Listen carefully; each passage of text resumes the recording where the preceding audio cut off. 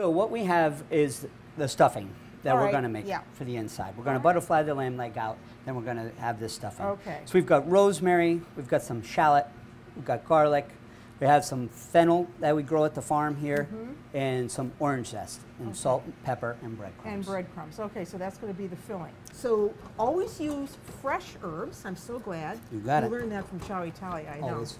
So fresh herbs, because that will make a big difference. Dried herbs really have lost a lot of their oils, so you're not going to have the same flavor. If you have to use dried herbs, okay, we understand, but it's better to use fresh. And you can find them in your grocery store in little packets, or you can grow a little pot on your windowsill. All right, so we have the tomatoes. Now what? That's perfect. So what we're going to do is we're going to take all these dry ingredients that I've got going over here, the shallots, the onions, the rosemary. We're going to just put them all in a bowl here and create this stuffing. Okay, Ryan, so we're going to add vegetables to this wonderful lamb that you're doing. I use the tops on the celery, by the way, don't you? Absolutely. Yeah, because that's a lot of flavor. So we just have to give these a coarse chop, right? That's what you said. You got all the leaves. I love the leaves because they add just so much flavor. A lot of people, you know, don't use the tops, but they're great in soup. Putting orange in there.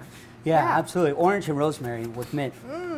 Yeah, the mint, definitely. Nice. For lamb, you've got to have mint. Absolutely.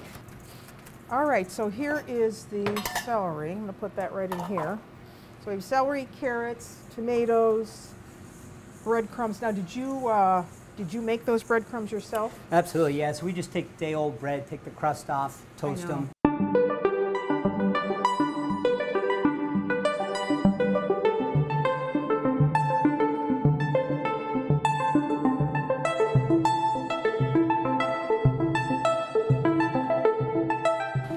All right, so we're just going to pat and dry down this meat, and then we're going to butterfly the leg of lamb. And you want to pat it to take off all the excess juices because you're going to put a rub on this, and it really wouldn't stick here very well if it was just too wet looking. So you want to dry the meat off. You got it. All right, so now. So in general, what we're trying to do is try to create a surface that's all uniform. Yes. So you're going to take just some of these big mussels and just open them right like up. Like a book. So it's that's what we mean by butterfly. Exactly. Yeah. So everything cooks at the same rate. Looks good. And with lamb, you know, the mussels are just a little bit smaller than, say, like if you're doing a braciole with veal or something that's really big. So what you want to just do is just kind of score not too deep and then just open things up, because we don't want it too thick in the middle too. No. So we want to have all this good stuffing, be ready to accept all this stuff. But because this thing was already boned, they do a good job of getting it most of the way there. And you want to leave some of that fat there because that's flavor, right? Exactly. If you've got to get a piece that has an excess amount of fat, then you would want to trim some, but you got to leave some for flavor. And we just want to go ahead and put a real liberal amount on here. It smells beautiful. Yeah, that orange is really nice. Yeah. So you can kind of press it in right there. Yeah. And give it a nice liberal amount of salt. So we're going to put a liberal amount on the outside as well too once we get it all tied up. And this is butcher's pepper, so it's coarse ground black pepper. You got it. Which I love. What do you think? Enough? I think that's beautiful. Okay, good. All right, now. So what we're going to do is we're going to take a look and see.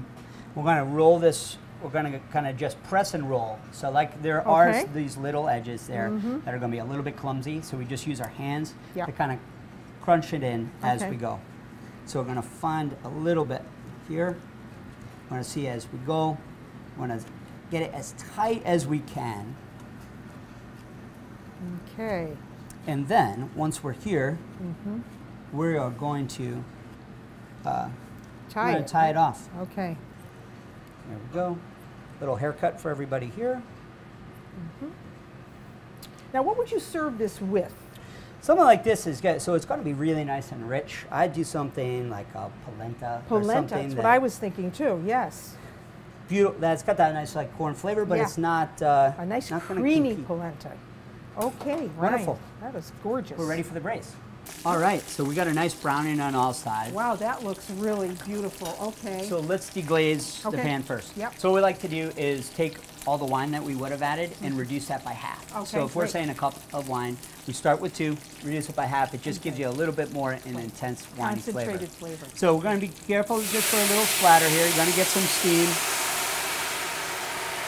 And we're going to Do we want to crunch up those crunchies? Yeah. You got it.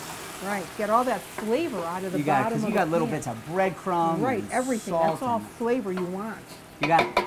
So we're going to let that go right now, and then we're going to take all those aromatics that you cut up for us Yes, before. yes, I agree. So we got onions, celery, carrots, ready to go. All those kids in the pool. Yeah.